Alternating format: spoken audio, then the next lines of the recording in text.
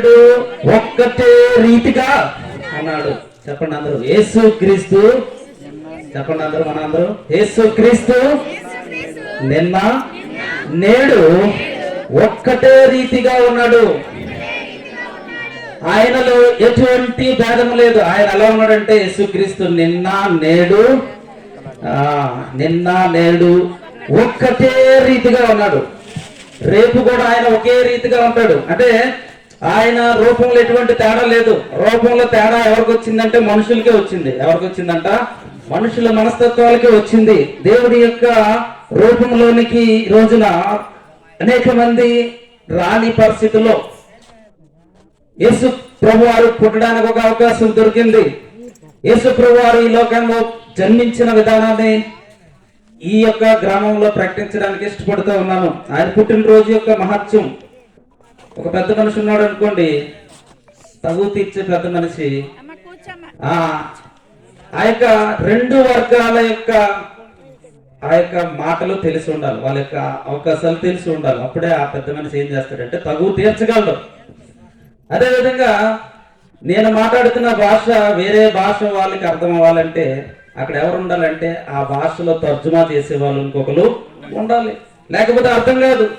ఒక పెద్ద మనిషిగా ఒక దేవునికి మానవునికి మధ్య ఒక అగాధం ఏర్పడిపోయిందంట. ఆ రోజుల్లో దేవునికి మానవునికి మధ్య ఎంత అగాధం ఏర్పడిందంటే దేవుడు ఎక్కడో ఉన్నాడు, మానవుడు ఎక్కడో కింద ఉన్నాడు. దేవుడు ఎక్కడో ఉన్నాడు, మానవుడు కింద ఉన్నాడు. అంటే వీళ్ళిద్దరికి మధ్య అగాధం ఉందంట. దేవునికి మానవునికి మధ్య ఏముందంట? పెద్ద అగాధం. మరి ఇక అగాధాన్ని దాటాలంటే, ఈ అగాధాన్ని దాటి మానవుడు దేవుని చేరుకోవాలంటే చాలా కష్టం, చాలా కష్టం కదా. అందుకే ఆయన అగాధాన్ని తప్పించడానికి ఆయనే పైనుంచి కిందకు వచ్చాడు మన దగ్గరికి. హల్లెలూయా. అటువంటి క్రిస్మస్ వేడుకను ఈ రోజున ఈ గ్రామంలో జరిపించుకుంటున్నాం. అటువంటి క్రిస్మస్ మాటలను ఈ రోజున మనము ఈ యొక్క గ్రామంలో ప్రకటిస్తా ఉన్నాం. యెషయా గ్రంథం 30:15 కూడా మీరు చూసినప్పుడు యెషయా గ్రంథము 30:15 మీరు తీసినప్పుడు అక్కడ ఒక మాట మీరు చూస్తూ ఉంటారు. ఏముంది అక్కడ? ప్రభువును ఇశ్రాయేలు యొక్క పరిశుద్ధ దేవుడునకు యెహోవా ఇలాగూ సెలవిచ్చుచున్నాడు, మీరు మరలా వచ్చి ఊరకుండుట వలన రక్షింపబడుదురు, మీరు ఊరకుండి నమ్ముకొనుట వలన మీకు బలము కలుగునట్టు. మీరు ఊరకుండి, మనం ఊరకుంటే చాలంట. అంటే నెమ్మదిగా ఉంటే చాలు, దేవుడు తన రక్షణ కార్యం జరిగిస్తూ ఉంటాడు. హల్లెలూయా. మనము నెమ్మదిగా మన ఊరికనే, అంటే మనం అరుపులు అరక్కర్లేదు, ఎవరిని కూడా మనము బలంతం చేయక్కర్లా. నువ్వు దేవుని ఎందుకు నమ్ముకో అని మనం ఎవరిని అడగాల్సిన అవసరం లేదు. మీరు దేవుని దగ్గరికి ఎందుకు రారు అని ఎవరికి మీరు కొట్టాల్సిన అవసరం లేదు. మీరు ఊరకుంటే చాలు, దేవుని రక్షణ కార్యం దేవుడు చేస్తూ ఉంటాడు. హల్లెలూయా.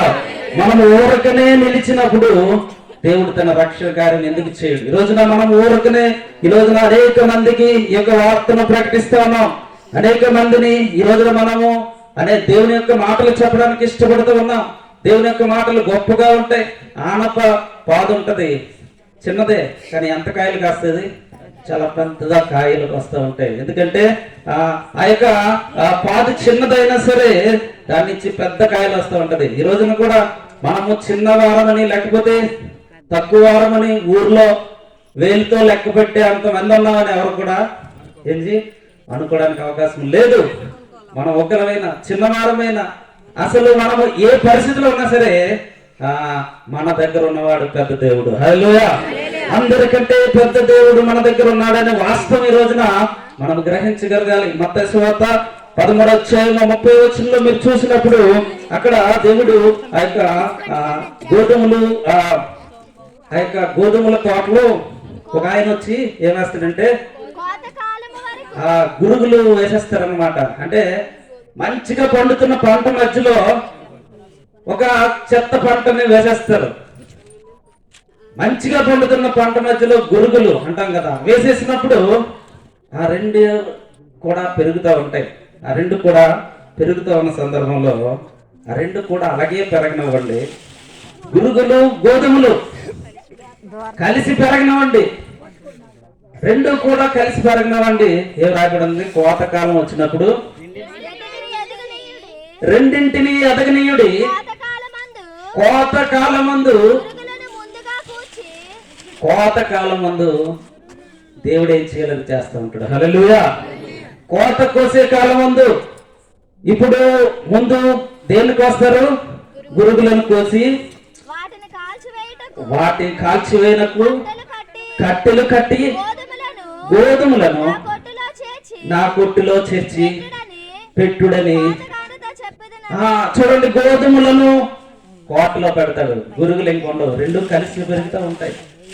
రెండు కూడా కలిసి పెరుగుతూ ఉన్న సందర్భంలో కూడా ఆ యొక్క గురుగుల యొక్క అపవాది శోధనలను ఈ గోధుమలకు అంటకుండా కోతకాలమున దేవుడు ఏం చేస్తాడంటే దేవుడు తన మహత్కార్యం చేస్తూ ఉంటాడు. కోతకాలమున దేవుడు తన యొక్క ఇక్కడ ఈ యొక్క గోధుమ పొరలో కూడా చాలా మంది దేవుని రక్షణ చూశారు, చనిపోయారు కూడా చాలా మంది.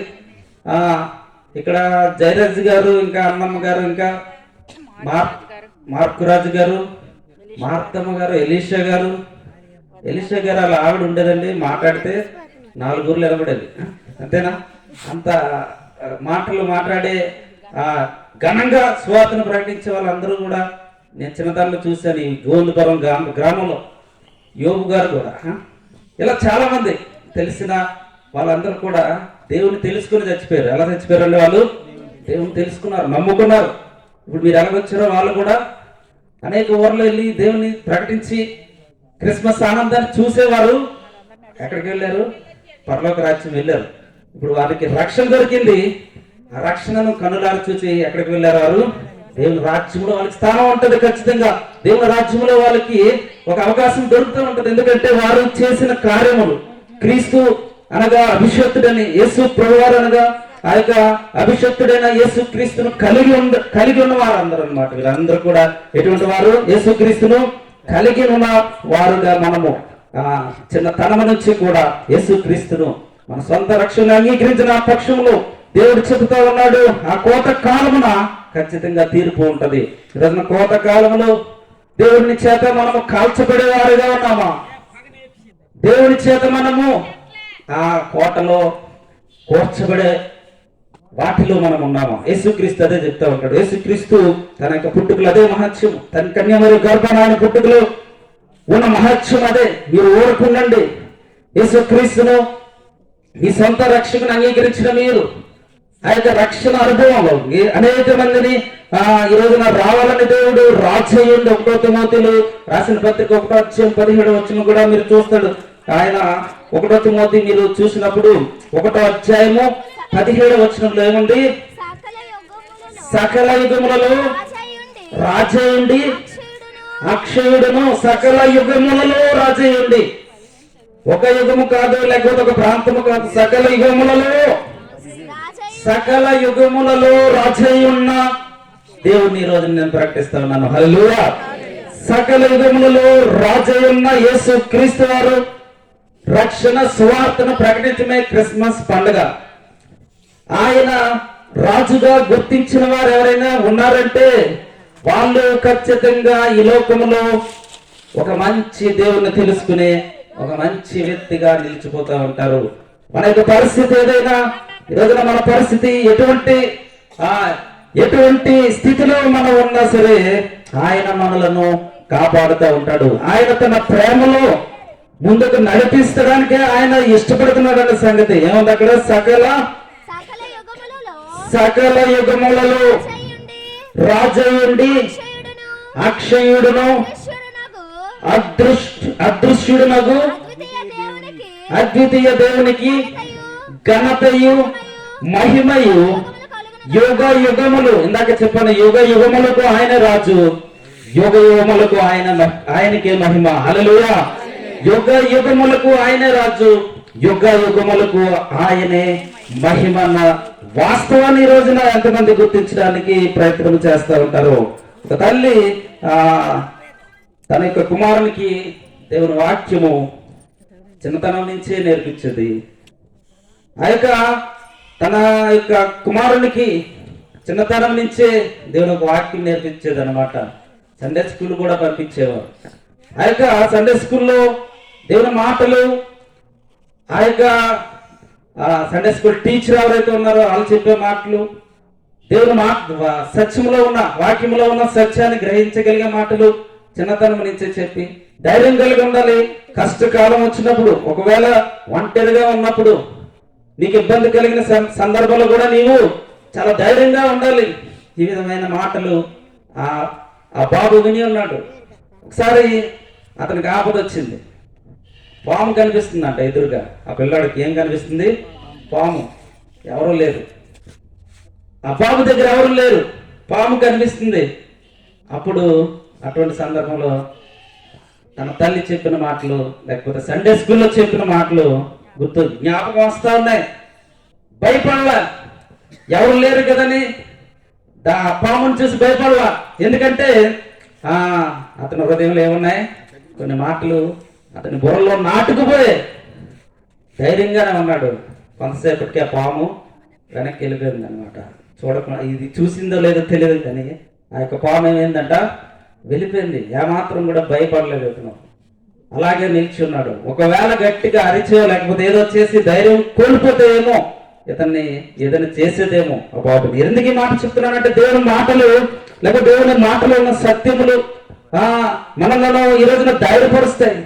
మన దగ్గర అవి నాటుకుపోతాయి అన్నమాట. యేసు ప్రభువు వారిని ఈ రోజున మన సొంత రక్షణ అంగీకరించిన సందర్భంలో ఈ మాటలను నాటుకుపోవాలి. చాలా మందికి ఈ యొక్క మాటలు నాటుకునే విధంగా ఒకవేళ ఉంటే దేవుడు ఖచ్చితంగా మనుషులందరినీ మార్చగలిగిన దేవుడు. హల్లెలూయా. మనుషులందరినీ తన యొక్క రాజ్యంలోనికి తీసుకెళ్లగల దేవుడు. ఒక అవకాశాన్ని మనుషులందరికీ ఇస్తా ఉన్నాడు. ఆ యొక్క యోసేపుకు ప్రభుదూత స్వప్నమందు ప్రత్యక్షమై చెప్తా ఉన్న మాట అదే, నీ యొక్క భార్య అయిన మరియను చేర్చుకునడానికి నీవు భయపడవద్దు, నువ్వు ధైర్యం కలిగి ఉండు, నీవు ఈ లోక రక్షకునికి తండ్రిగా ఉంటావు. నీ యొక్క పేరు యోసేపు అన్న పేరు ప్రపంచం మొత్తం మారుమోగే విధంగా. ఆ రోజున అతడు అంగీకరించకపోతే అతని పేరు బైబిల్లో రాయబడి ఉండేది కాదు. ఒకవేళ అతడు ఆ యొక్క మరియను విడనాడి ఆ యొక్క కన్యకకు పుట్టిన యేసు ప్రభువారు, అతని ప్రమేయం లేకుండా పుట్టిన యేసు ప్రభువారు, ఈరోజున అతను నా ప్రమేయం లేకుండా ఎలాగా బాబుని కంటదని వెలిపోయాడు అనుకుని వదిలేసి ఇప్పుడు అతని గురించి మనం చెప్పుకునే వారము కాదు. ఖచ్చితంగా ఆమె పరిశుద్ధాత్మ వల్ల గర్భవతి అయింది.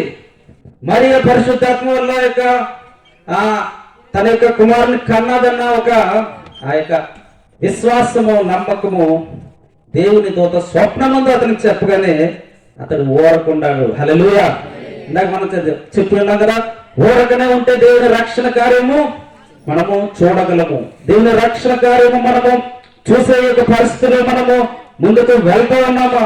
ఆ యొక్క లోకసేవకు 17:11 నుంచి 19 మధ్యలో 10 మంది కుష్ఠరోగులు అక్కడికి వచ్చిన సందర్భంలో 10 మంది బాగుపడతారు. కుష్ఠరోగులు యేసు ప్రభువారి దగ్గరికి వచ్చిన సందర్భంలో 10 మంది కుష్ఠరోగులు, ఒకరు కాదు, ఇద్దరు కాదు, ఎంతమంది అండి? 10 మంది కుష్ఠరోగులు యేసు ప్రభువారి దగ్గరికి వచ్చినప్పుడు వాళ్ళందరూ కూడా బాగుపడతారు, వాళ్ళందరూ స్వస్థత పొందుతారు. అందులో ఏం రాయబడిందంట? ఒక్కడేనంట తిరిగి వస్తాడనమాట. బాగుపడిన వెంటనే వెళ్ళిపోతారు అందరూ. 9 మంది కూడా ఎక్కడికో వెళ్ళిపోతారు. వాళ్ళు మేము బాగుపడ్డాం కదా వెళ్ళిపోతారు. ఒక్కడ మాత్రం ఏం చేస్తాడంట? 10 మందిలో ఒక్కడ మాత్రం గొప్ప శబ్దముతో దేవుని మహిమపరచుచు తిరిగి వచ్చి ఆయనకు కృతజ్ఞతాస్తుతులు చెల్లించుచు ఆయన పాదముల యొద్ద సాగిలపడిన. చూడండి ఎంత మాట. ఆ యొక్క 9 మంది చేయలేదు ఆ పని, 10 మంది బాగుపడ్డారు. అందులో ఎంతమంది విధేయత చూపించారు? ఒక్కడే 10 మంది బాగుపడ్డమేంటి? 10 మంది వచ్చి ఆయన కృతజ్ఞతాస్తుతులు చెల్లించవచ్చు కదా. ఈ రోజున ప్రత్యేకింపబడిన వాడు అందులో ఒకడే. ఆ యొక్క చెడుతనము 10 మంది అంటే అనేక మంది, ఇంతకుముందు 10 మంది ఉన్నారు అంతే కదా. ఈ 10 మందికి కూడా ఒకే రోగము. వీళ్ళందరూ కలిసిపోయారు. వీళ్ళందరూ ఒకే ఊరిలో అయి ఉంటారా? కాదు కదా. 10 మంది కుష్ఠరోగులు ఎక్కడి నుంచి వచ్చి ఉంటారు? ఎక్కడెక్కడో ఏ ఊర్లో. కానీ వాళ్ళని ఏది కలిపింది? వాళ్ళ కుష్ఠరోగం వాళ్ళని ఒక దగ్గరకు కలిపింది. వాళ్ళ యొక్క కుష్ఠరోగం ఏం చేసింది? వాళ్ళని ఒక ప్రదేశంలో నివసింపజేసింది. వాళ్ళ యొక్క కుష్ఠరోగము వాళ్ళని కలిపిన సందర్భం. ఈ రోజున కుష్ఠరోగం పోగానే ఏమైంది? వాళ్ళు ఇక కలిసి లేరు. ఆ కుష్ఠరోగము పోగానే వాళ్ళు ఇక వెళ్ళిపోయారు ఎక్కడ పడితే అక్కడికి. ఆ 10 మంది, ఆ 9 మంది కూడా ఒక దగ్గర ఉండరు. ఇప్పుడు ఎక్కడ పడితే అక్కడికి వెళ్ళిపోతా ఉంటారు. ఈ రోజున ఎందుకు ఈ మాట చెప్తా ఉన్నానంటే, ప్రత్యేకింపబడిన ఆ యొక్క కుష్ఠరోగి వలె, బాగుపడిన ఆ కుష్ఠరోగి వలె కృతజ్ఞతాస్తుతులు మనము చెల్లించేవారుగా ఉన్నాము. ఈరోజు ఎక్కడ ఒక మన ఇంటి దగ్గర కానీ, మన ఊర్లో కానీ ఒక గాలి ఉన్నా, లేకపోతే ఒక నీరు ఉన్నా, ఈ యొక్క సూర్య రశ్మి ఉన్నా, ఇవన్నీ ఎవరు కలుగు చేశారు? ఎవరు తప్పిస్తా ఉన్నారు? కొన్నే మనం తీసుకోగలం, కొన్నే మన దగ్గర ఉంటాయి, కొన్ని దేవుడు పంపిస్తున్నవి. కానీ దేవునికి కృతజ్ఞతలు ఎవరు చెల్లించట్లేదు. అదే బాధపడతా ఉంటాడు దేవుడు.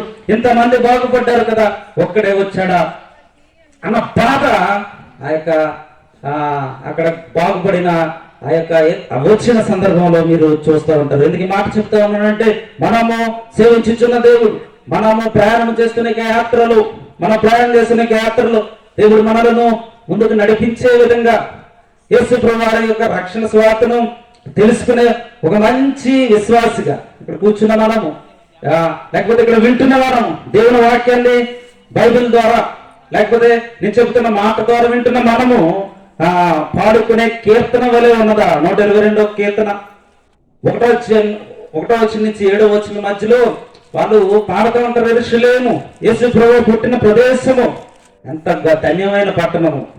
యేసు ప్రభువు వారు ఆ యొక్క అనేక సంవత్సరాల క్రితమే ఆ యొక్క మాటలు రాబడి ఉంటాయి. ఆ యొక్క కీర్తన గ్రంథం మీరు చూసినప్పుడు 122వ కీర్తన 1 నుంచి మీరు చూసినప్పుడు ఆ 122వ కీర్తన మొత్తం కూడా ఏముంటదంటే ఆ యొక్క మహాత్మ్యము లేకపోతే మహిమ, యెహోవా మందిరమునకు వెళ్ళుదమన్న మహిమ, జనులు నాతో అనినప్పుడు నేను సంతోషించి తిని. ఇది యాత్ర కీర్తన అన్నమాట. ఆ యొక్క కీర్తనలో 120వ కీర్తన నుంచి 134వ కీర్తన వరకు మీరు చూసినప్పుడు అంటే 15 కీర్తనలు మొత్తం. ఎన్ని కీర్తనలు అంటే 120 నుంచి 134. చూడండి, ఇవన్నీ కూడా యాత్ర కీర్తనలు. అక్కడ పైన రాసి ఉంటది ఏ కీర్తన అంటారా, 120 నుంచి 134. ఈ 15 అన్నమాట. మొత్తం ఎన్ని కీర్తనలు ఇవి? 15 కీర్తనలు. ఈ 15 కీర్తనలు కూడా ఎటువంటివంట? యాత్ర కీర్తనలు. యాత్ర కీర్తనలు అంటే యాత్ర అంటే ఒక ప్రదేశం నుంచి ఇంకొక ప్రదేశానికి వెళ్ళడాన్ని యాత్ర అంటారు. యాత్ర అంటే ఒక ప్రదేశంలో మొదలెట్టి ఇంకొక ప్రదేశానికి మనం వెళ్తే యాత్ర అంటాం. ఈ కీర్తనలు ఎక్కడి నుంచి అంటే వాళ్ళు ఇంటి దగ్గర నుంచి దేవుని మందిరము, యెరూషలేములో ఉన్న దేవుని మందిరానికి ప్రయాణం చేసేటప్పుడు పాడుకునే కీర్తనలు అన్నమాట. నిజంగానే పాడారు. ఈ పాటలే వాళ్ళు పాడుకుంటే ఏమయ్యేవారు? వాళ్ళు ఎక్కడున్నా సరే, ఇశ్రాయేలు దేశంలో ఎక్కడున్నా సరే సంవత్సరానికి ఒకసారి దేవుని మందిరానికి, యెరూషలేములో ఉన్న దేవుని మందిరానికి వెళ్ళాలన్నమాట.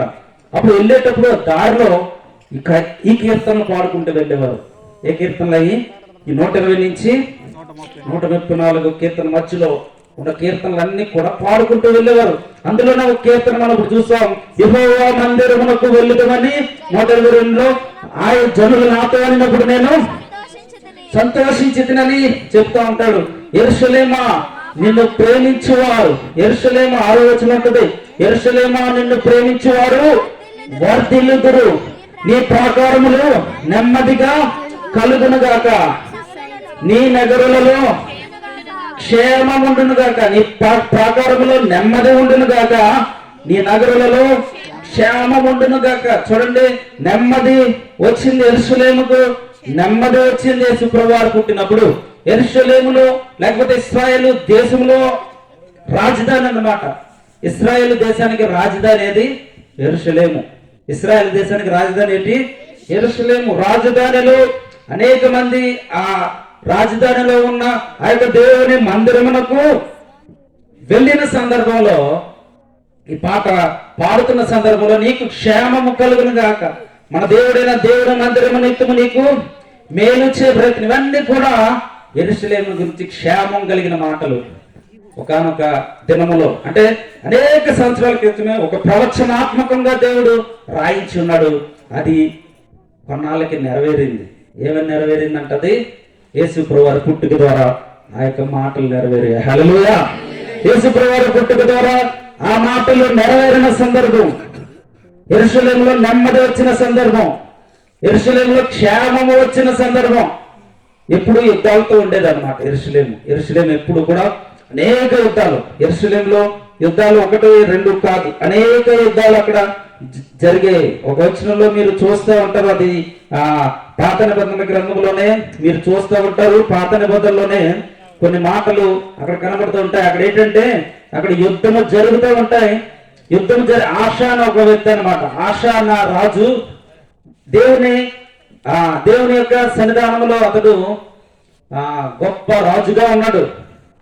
అనేకమైన రాజులు దేవుని సేవించేవారు కాదు, కానీ ఈ ఆశా అన్న రాజు దేవుని సేవించాడు అనమాట. దేవుని నమ్ముకున్న వ్యక్తి, పాలించేటప్పుడు దేవుని నమ్ముకున్న వ్యక్తి. అప్పుడు అతడు ఏం చేశాడంటే దేవుని యొక్క యెరూషలేము కేంద్రంగా అతడు రాజుగా ఉన్నాడు. అతడు తన జీవితంలో ఆ యొక్క పరిపాలన కొనసాగిస్తున్న సమయంలో యుద్ధములు అనేకమైనవి వచ్చేవి. శత్రు దేశాలు యుద్ధానికి ప్రకటించేవి, యెరూషలేము మీద దాడికి ప్రయత్నించేవి. కానీ ఎప్పుడైతే దేవుని యందు భయభక్తులు కలిగిన ఒక రాజుగా అతడు ఉన్నాడో, వెంటనే ఏమైందంటే అతడు విజయాన్ని పొందుకునేవాడు. యుద్ధంలో ఖచ్చితంగా ఆ యెరూషలేమును కాపాడుకునేవాడు. ఎందుకంటే అతడు ఆ దేవునిని తెలుసుకున్నవాడు. ఈరోజు నా యేసు ప్రభువారి యొక్క రక్షణ తెలుసుకునేవారుగా ఎంతమంది అయితే ఉంటారో, దేవుడు వారి దగ్గరకు రావడానికి ఇష్టపడుతూ ఉంటాడు. వారి హృదయాన్ని దగ్గరకు వచ్చి ఆయన నివసించడానికి ఆయన ఇష్టపడుతూ ఉంటాడు. ఎంతమంది మాటలు వింటూ ఉన్నారు? ఎంతమంది మాటలు వినడానికి ప్రయత్నం చేస్తూ ఉంటాం. ఆదికాండం 21వ అధ్యాయంలో ఆ యొక్క బెయేర్షెబా అని ఒకటి ఉంటది. ఆ యొక్క ఊరు బెయేర్షెబా. ఆ యొక్క ఊర్లో ఎక్కువగా నుయ్యలు ఉంటాయంట, నూతులు. ఎందుకు ఉంటాయో తెలుసా? ఎన్ని నూతులు తీసినా నీరు రాదనమాట. పూర్వకాలంలో నూతుల్లోనే నీరు తాగేవాడు. ఆ యొక్క అధ్యాయంలో బెయేర్షెబా ఊరు దగ్గర మీరు చూసినప్పుడు అనేకమైన నూతులు ఉన్న ఒక ఊరు అది. ఎందుకు ఉంటాయంటే అక్కడ నీరు వచ్చినా నీరు బాగోదు. ఆ నీరు కొన్ని దగ్గరలో రాదు. ఎన్నో నుయ్యలు తవ్వితేనే కానీ నీరు పడదనమాట. పక్కన అలా తవ్వుతూనే ఉంటారు. అక్కడ అబ్రహాము ఆ యొక్క ఆదికాండం 21వ అధ్యాయం మీరు ఎవరైనా తీసినప్పుడు ఒక వచనం మీరు అక్కడ చూడండి. ఆ యొక్క 24వ వచనంలో చూస్తూ ఉంటారు. అబ్రహాం ఏం చేస్తాడంటే ఒక నుయ్య తవ్వాడు. అబ్రహాము దేవుని యందు విశ్వాసము కలిగిన వ్యక్తి. అతని నూతిలో వెంటనే నీరు పడిపోయింది. నీరు ఎలా ఉంది? మధురంగా ఉంది. దేవుని నమ్మిన వ్యక్తి, దేవుని యందు విశ్వాసం ఉంచిన అబ్రహాము ఆ యొక్క నూతిలో వెంటనే మంచి నీరు పడింది. ఆ నుయ్య మీద ఎవరికి కన్నుబడిందంట? అబీమెలెకు అనే ఒక రాజు, అతని యొక్క దాసులు, వీళ్ళందరూ కూడా ఆ యొక్క నుయ్యి మాకు కావాలి, అది మేము తవ్వింది, అది అబ్రహాము తవ్వింది కాదు, ఆ నుయ్యను మేమే తవ్వాం, అది మాది, అది మా దగ్గరే ఉండాలి. చూడండి, ఎవరు తవ్వారు? అబ్రహాము తవ్వాడు. కానీ ఏమంటున్నారు అక్కడ ఉన్న అబీమెలెకు దాసులు? అతను తవ్వలేదు, అది మేము తవ్వాం, అది మేము తీసుకోవాలి. తీసేసుకున్నారు కూడా. అక్కడ రాయబడిందంటే అక్కడ చూడండి 24 వచనం, ఆదికాండం 21:24లో అబీమెలెకు దాసులు బలాత్కారముగా తీసుకుని నీళ్ల బావి విషయమై.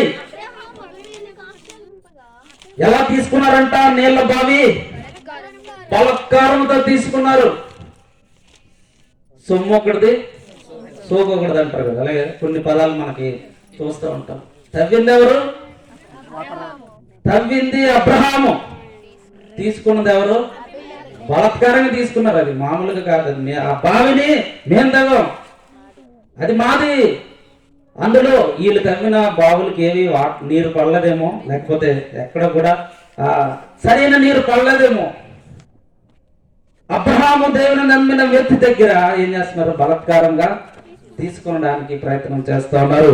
ఈ రోజున ఇదే మాటలు మనము మన జీవితంలో కూడా అన్వయించుకోవడానికి ప్రయత్నం చేస్తా ఉన్నాము. అక్కడ అందుకే ఆ ప్రదేశానికి వెంటనే అబ్రహాము ఒక పేరు పెడతాడు. ఆ ప్రదేశానికి ఏం పేరు అని పెడతాడంటే బేర్షెబా, అనగా సాక్షార్థమైన బావి. అక్కడ ఒక అగ్రిమెంట్ జరుగుతూ ఉంటది అబీమెలెకు రాజుకు అబ్రహాముకు. అయ్యో, నేను ఎంతో కష్టపడి ఈ యొక్క బేర్షెబాలో నేను తవ్విన ఈ యొక్క బావిని నీ దాసులు తీసుకుంటున్నారు, నువ్వెలాగైనా దానిని వారి దగ్గర నుంచి నాకు తిరిగి ఇప్పించండి, నేను ఎంతో కష్టపడి తవ్వుకున్న బావి అది అని ఆ యొక్క అబ్రహాము ఆ రాజు దగ్గర మొరపెట్టినప్పుడు ఇద్దరికి మధ్య ఒక అగ్రిమెంట్ అంటాం, లేకపోతే ఒక రాజీ కుదురుతుంది అనమాట, తిరిగి ఆ బావిని అబ్రహాంకి ఇవ్వడానికి. అందుకే ఆ బావిని ఏమన్నారంటే సాక్షార్థమైన బావి, ఒక సాక్ష్యము పలికే బావి, ఒక సాక్షార్థమైన బావి. రోజున ఈ యొక్క గ్రామంలో మనం ప్రకటించే ఈ యొక్క మాట ఒక సాక్ష్యంగా ఉండిపోవాలి. హల్లెలూయా. ఒక బావి లేకపోతే ఒక బావిని బలత్కారంగా తీసుకునే ఈ రోజున మనము మన దగ్గర ఉన్న ప్రతిదీ కూడా మన యొక్క హృదయంతో సహా అన్ని కూడా సాతానుడు అయితే బలత్కారముగా మనం తీసుకోవడానికి ప్రయత్నము చేస్తా ఉన్నాడు. అనేక సార్లు బలత్కారంతో మనము వెళ్ళిపోయే పరిస్థితిలో ఉన్నారు. నేను చేయట్లేదండి, నా హృదయం చేస్తుంది అంటారు కొంతమంది. నేను తాగట్లేదు, నా నోరు తాగట్లేదు, నా మనసు తాగెత్తుంది అంటారు కొంతమంది. ఏంటి నోరు తాగట్లేదంటే ఏం తాగేస్తుంది అంటారు? నా మనసు తాగెత్తుందండి. నేను వెళ్ళట్లేదండి షాప్కి, నా మనసే తీసుకెళ్ళిపోతుంది అని అంటారు కొంతమంది. ఎలా షాప్కి నేను నుంచోలేదండి, నేను డబ్బులు లేదు, నా చెయ్యి ఇచ్చేసిందండి డబ్బులు అంటే కుదురుతుందా? కుదరదు. మనము ఎలా ఉండాలంటే సాక్షార్థమైన బావి యేసుక్రీస్తును కలిగి ఉన్న మనము సాక్షార్థం. యేసుక్రీస్తుకు విశ్వాసులు మన మనసు దేవుడు నడిపించాలి, మన మనసును దేవుని వైపు నడిపించాలి, మన మనసును దేవునికి ఇష్టకరముగా జీవింపజేసే వ్యక్తులుగా మనం ఉన్నాము. యేసుక్రీస్తును కలిగి ఉన్న ఎవరైనా సరే ఆ యొక్క మాటను దేవుడు లేడని కొంతమంది అనుకున్న సందర్భంలో కూడా దేవుడు ఏం చెప్తున్నాడు? నేనున్నాను, నేను మీకు రక్షకుని, నేను పుట్టాను, మీరు నన్ను సేవించండి, నా క్రిస్మస్ పండుగను ఆచరించండి, క్రిస్మస్ దినాన ఆ యొక్క వార్తను ప్రకటించండి. కీర్తన గ్రంథం 10:3 ఉంటది. కీర్తన గ్రంథం 10:3 ఉంటుంది. చూడండి, కీర్తన గ్రంథము 10:3 ఉంటది. ఏముంది? దుష్టులు తమ మనోభిలాషను బట్టి అతిశయపడుదురు, లోపులు యెహోవాను తిరస్కరింతురు, దుష్టులు పొగరెక్కి యెహోవా విచారణ చేయుడనుకుందరు. దేవుడు లేడని వారు ఎల్లప్పుడూ దేవుడు లేడని చెప్తే వారు ఆలోచిస్తూ ఉంటారు. వారు ఎల్లప్పుడూ భయం ఆడుకొని ప్రవర్తించుదురు. ఈ యొక్క మాటలు మనము గ్రహించిన సందర్భంలో మనము ఒకటో లోబులు అన్న దానికి కింద ఒక అర్థం ఇచ్చాడు. ఏమిచ్చాడు? దోచుకుని వారిని దీవింతురు. చూడండి, అక్కడ అబ్రహాము బావిని దోచుకున్నారు. అక్కడ ఉన్న దాసులు, అక్కడ ఉన్న వారు, వాళ్ళందరూ కూడా. కానీ దేవుడు ఖచ్చితంగా అబ్రహాముకి న్యాయం చేశాడు. అబ్రహాము దేవుని దగ్గర ఉన్న సందర్భంలో అతడు తన యొక్క జీవితాన్ని ఒక గొప్ప చేసుకుని ముందుకు ప్రవర్తించే ఒక వ్యక్తిగా అక్కడ నిలిచిపోయాడు.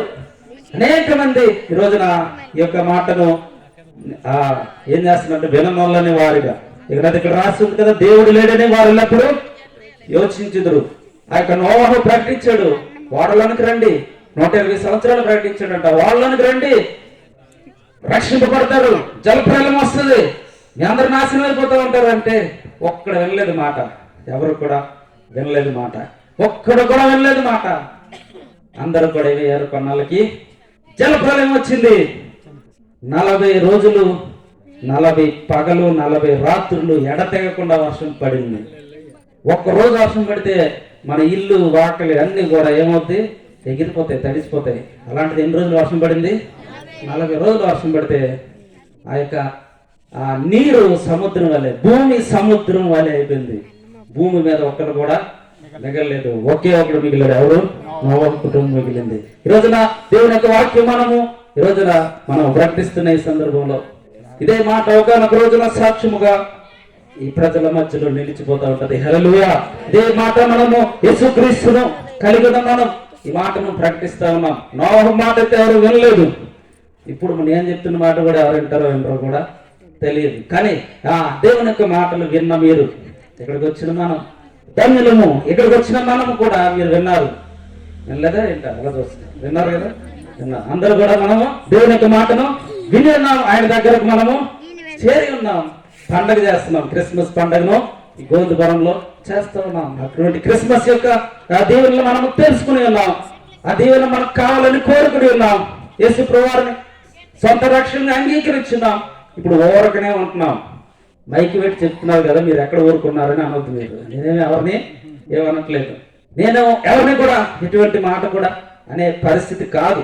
మనము ఇతరులను మన యొక్క దయగలిగిన మాటల వారికి తెలియజేయాలి. ఇదే మాట ఇక్కడ మనము ఇంతవరకు చూసిన అదే మాట నాశనకరమైన ఊబిలో నుండి కీర్తన 40 అధ్యాయం 2వ వచనం ఉంటది. చివరి మాటకి మనం చూద్దాం. చూడండి, కీర్తన 40 అధ్యాయము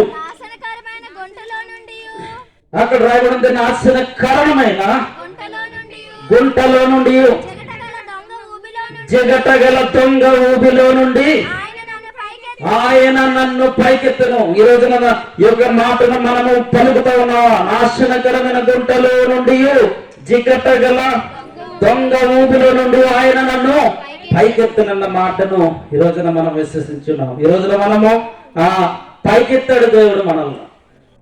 దేవునిలో, ఒక మంచి దేవునిలో మనలను ఆయన ఉంచి ఉన్నాడు. ఒక మంచి దేవుని చేతిలో మనం ఉన్నాం. ఒక మంచి దేవుని హస్తము చేత మనము కాపాడబడుతున్నాం. అటువంటి క్రిస్మస్ దీవెనలు, క్రిస్మస్ సంతోషం, ఆనందం ఈ గోందుపురం గ్రామంలో జీవముగా దేవుడు దయచేయను గాక. ఆమేన్. తలవంచండి, ప్రార్థన చేద్దాం. ఈ యొక్క గ్రామంలో క్రిస్మస్ వర్తమానం విత్తబడింది. క్రిస్మస్ లో ఉన్న సత్యాన్ని దేవుడు అనేక మందికి తెలియజేస్తున్న సందర్భము. ఈ యొక్క మాటలు విన్న మనందరం కూడా ధన్యులము. యేసు ప్రభువారికి సాక్షులుగా